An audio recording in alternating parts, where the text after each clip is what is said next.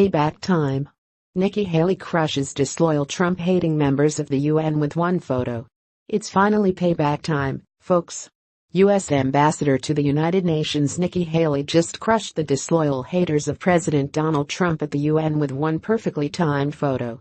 In December, President Donald Trump announced his decision to move the U.S. Embassy in Israel to Jerusalem, essentially recognizing the city as the Jewish nation's capital.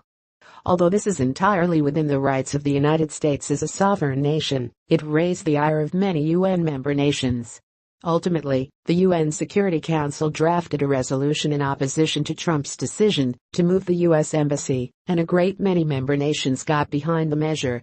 In December, 128 UN member nations voted to condemn President Trump's recognition of Jerusalem as Israel's capital as null and void during the UN General Assembly. 9 countries voted against the condemnation, which means they support the United States, while 35 nations abstained. 21 countries were absent during the vote. Among the countries that voted to condemn the U.S. were longtime allies Germany, France and the United Kingdom. Other key allies like Canada, Mexico, and Australia abstained from the vote. 9 countries, including Honduras, Guatemala, and Palau, supported the U.S. decision. The betrayal infuriated millions of Americans, many of whom demanded the U.S. defund the United Nations, since we get the least benefit out of the alliance. Source: BizPac Review. This proved to be a very stupid move, as the United States has veto power, so a vote on the measure was little more than spitting in the wind. Indeed, all that it accomplished was to piss off President Trump, who has already proven that he is not a man you want to mess with. Trump responded by announcing an unprecedented cut in U.S. funding to the UN.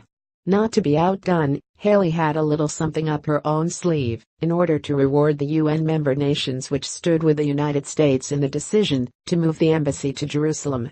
Haley is hosting a party tonight for the 65 nations that did not vote against the United States at the UN General Assembly last month regarding Jerusalem. Haley posted a save-the-date invitation to the party on Instagram. As I said in December, we won't forget the Jerusalem vote, Haley said Tuesday.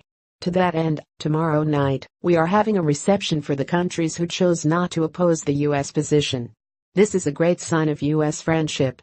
We hope to see more of this in 2018, she continued. The United States is asked to do a huge amount around the world, and we are happy to do that, Haley added. But we expect to be treated respectfully in return. Haley also reminded disloyal allies that the U.S. contributes far more money to the United Nations than all of the other member countries combined. The next time the countries which voted against us come to the U.S. begging for help, we will certainly remember their disloyalty and consider it heavily as we weigh the decision regarding whether to give them even more taxpayer money. We will remember it when we are called upon to once again make the world's largest contribution to the United Nations, Haley promised. And we will remember it when so many countries come calling on us, as they so often do, to pay even more and to use our influence for their benefit. This is a fantastic way to kick off the new year. The United Nations, which Trump has repeatedly blasted as a sad and useless social club, needs to be put on notice. No longer will the U.S. continue to fund the worthless organization to the tune of billions of dollars each year without receiving any sort of support in return. This is precisely the reason why many are touting Haley's name as a viable option to become the first female president. She certainly is making a name for herself at the UN, and Trump couldn't be happier. 2018 is already promising to be a groundbreaking year for the US and her allies with Trump and Haley in charge. Thanks for watching. Please subscribe my STC News channel. Goodbye and see you again.